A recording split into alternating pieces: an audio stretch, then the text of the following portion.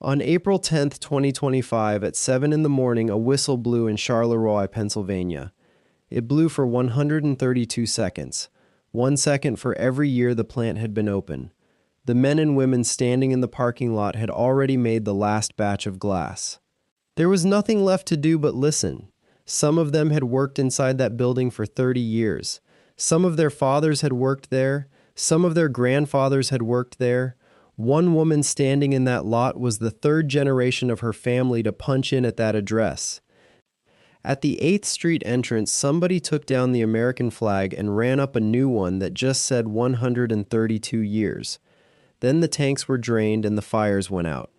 You almost certainly own a piece of what that plant made. It's in your cabinet right now, or your mother's, or your grandmother's. Pyrex, the clear glass dish that goes in the oven and comes back out and does it again next Sunday and doesn't complain. Here's the part that should bother you. If you have an old one and a new one sitting on the same shelf, they are not the same object. They have the same name printed on the bottom. They are made of different glass. One of them can take a shock that would blow the other one apart. And almost everything you've read online about when that changed and who changed it is wrong. This is the story of a factory that ran for 132 years, a formula that got quietly swapped while nobody was looking, 300 people who lost their jobs to a deal that took 11 days, and a lawsuit that is still sitting in a courtroom right now. Stay to the end and I'll show you how to check which one you're holding. Before Pyrex was a casserole dish, it was a piece of railroad equipment. In 1908, a chemist named Eugene Sullivan was running research at Corning Glass Works in upstate New York. Corning had a problem that had nothing to do with kitchens. Railroads used glass lantern globes, and when a hot lantern got hit with rain or snow, the glass cracked. Broken lanterns on a rail line are not a small inconvenience. They are a signaling failure. Sullivan developed a low-expansion borosilicate glass, and Corning called it Nonex. It solved the lantern problem. Corning also used it for battery jars, which is exactly what it sounds like. Thick glass containers that held the acid in early storage batteries. That's what it was for. Lantern globes and battery jars. Industrial hardware. The kitchen part happened because of a woman named Bessie Littleton. Her husband Jesse was a physicist at Corning. The story that Corning tells, and it has been told so many times that it's worth being careful with it, is that Bessie's ceramic casserole dish broke, and she asked Jesse to bring her something from the plant that wouldn't. He cut down a battery jar and brought it home. She baked a cake in it. Two things happened. The cake baked evenly, faster than she expected, and it didn't stick the way it did in her old dish. And she could see it. She could watch the batter rise and the crust set through the side of the glass, which no home cook in 1913 had ever been able to do. Corning launched it as a consumer product in 1915 under the name Pyrex. What they had actually invented was not a dish. It was a promise. The promise was that this glass would not care what you did to it. Take it out of the icebox, put it in a hot oven, set it on a cold counter, do it again next week. The glass would hold. That promise is the entire reason the brand is worth anything. Hold on to that, because the rest of this story is about what happens to a promise when the people who made it stop owning the factory. Charleroi sits on the Monongahela River, about 30 miles south of Pittsburgh. It was founded by glassmakers. That is not a colorful detail. It is the reason the town exists. The river gave you transport, the coal fields gave you fuel, and the sand was workable. If you wanted to melt glass at industrial scale in the 1890s, this was one of the best addresses in the world. The plant opened in 1893 as the Macbeth Evans Glass Company. It made lamp chimneys and lighting glass. Then Corning acquired Macbeth Evans in the 1930s, and over the following decades, Charleroi became the place where American Pyrex was actually produced, not the lab in New York. Here, in a mill town, by people who lived within walking distance of the furnaces. Understand what that meant for a place like Charleroi. A glass plant is not a warehouse. It runs continuously because you cannot let a furnace cool down and then reheated on a schedule, so you have shifts around the clock, and you have men who know by eye and by ear when a batch is wrong. That knowledge does not exist in a manual. It exists in the 50-year-old gaffer who has been watching the same tank since he was 19.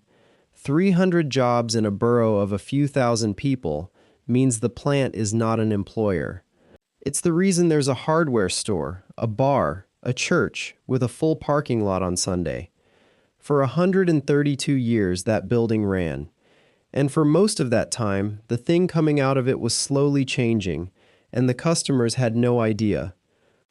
Type Pyrex into any search bar and you will find the same story repeated on 1,000 blogs and in 1,000 comment sections. It goes like this.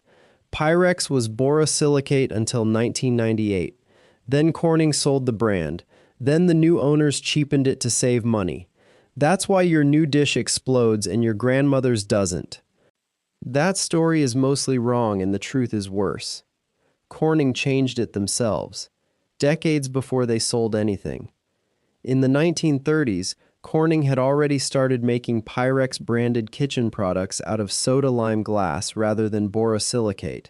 That's the opalware, the painted mixing bowls the pieces collectors hunt for now, and according to researchers who have gone through Corning's own production history, clear Pyrex ovenware in the United States was switched to tempered soda lime around the late 1940s.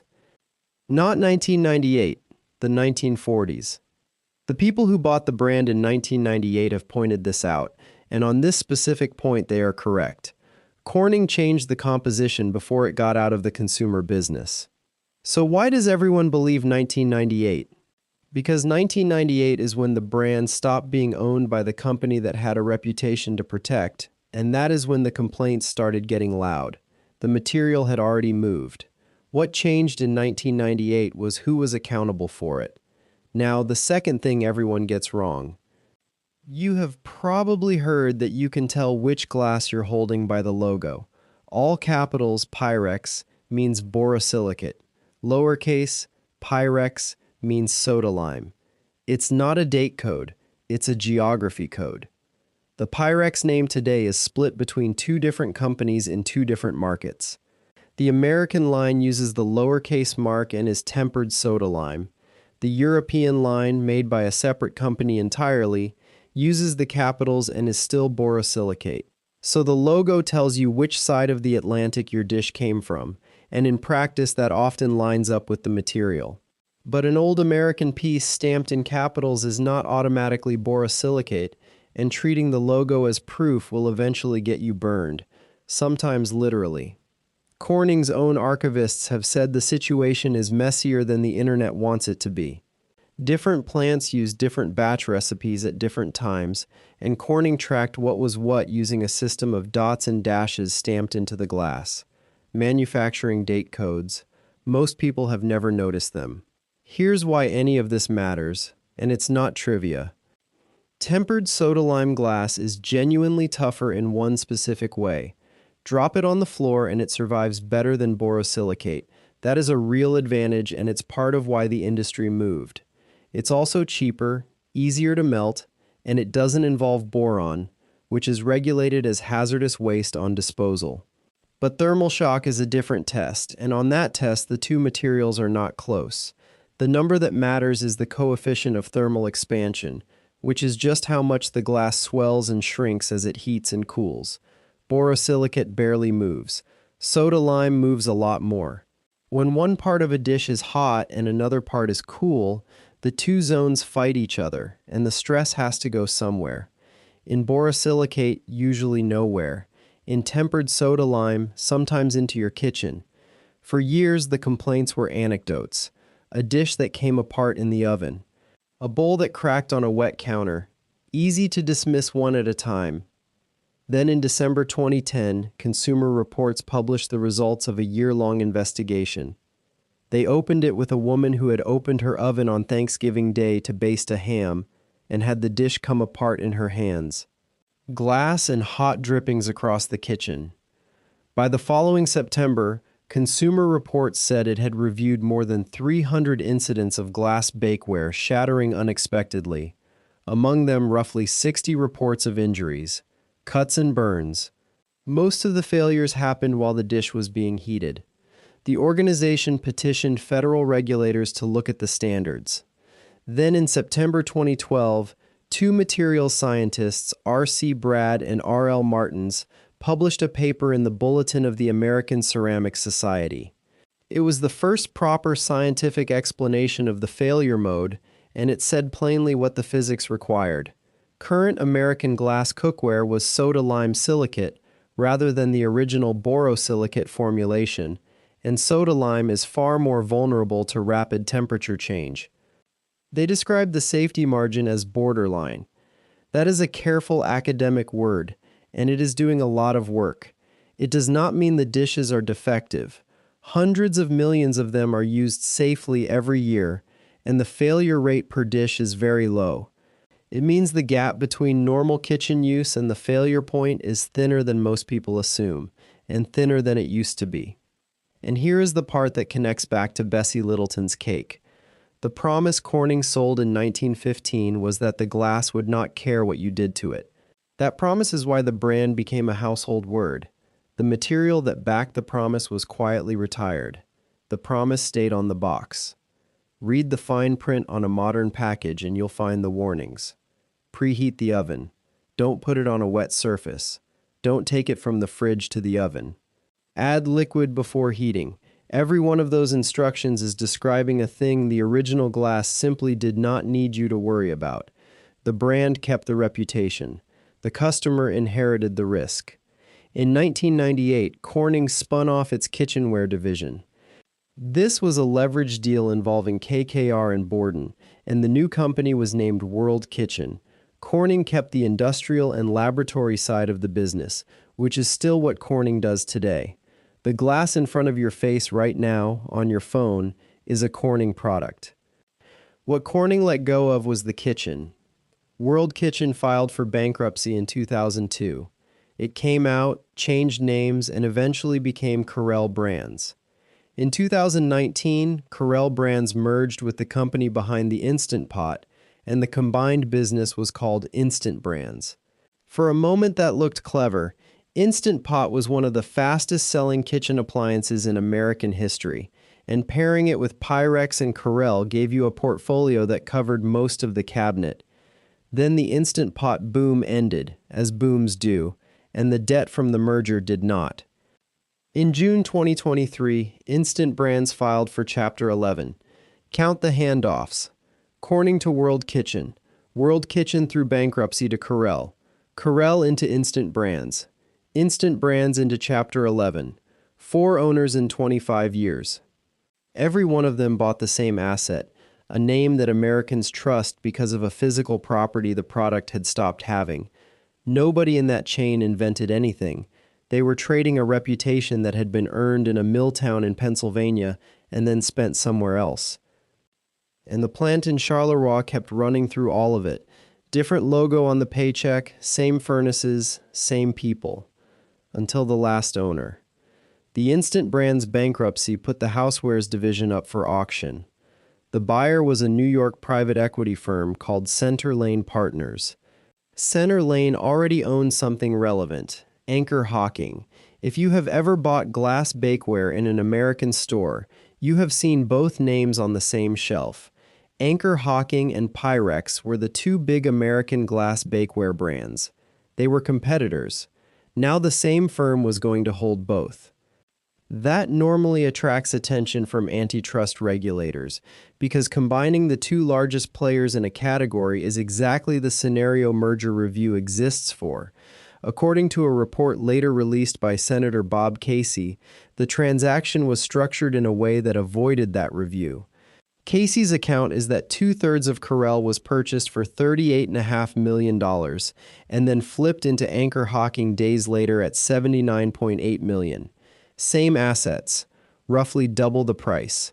A matter of days between the two transactions. Casey's argument was that the structure was designed to duck the reporting thresholds that trigger a federal look, break the purchase into pieces small enough that nobody has to ask permission, then reassemble it once you're on the other side. In February 2024, Anchor Hawking took over operations at the Charleroi plant.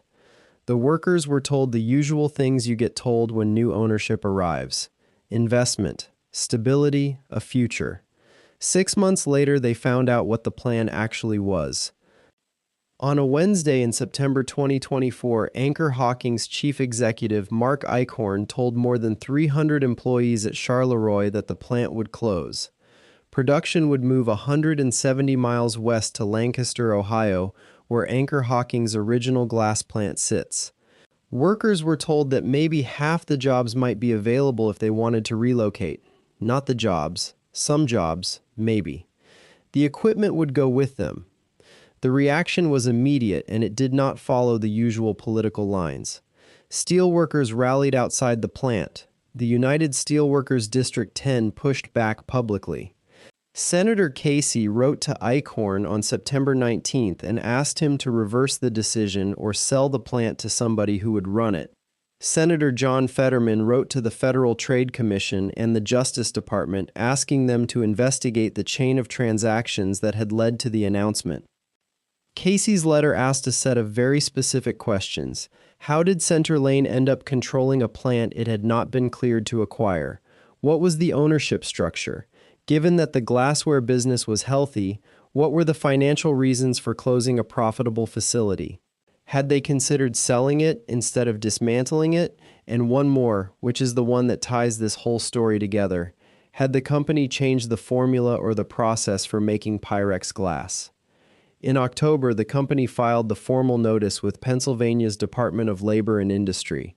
A warn notice. 270 people laid off over 3 months, starting in December. The Pennsylvania Attorney General went to court.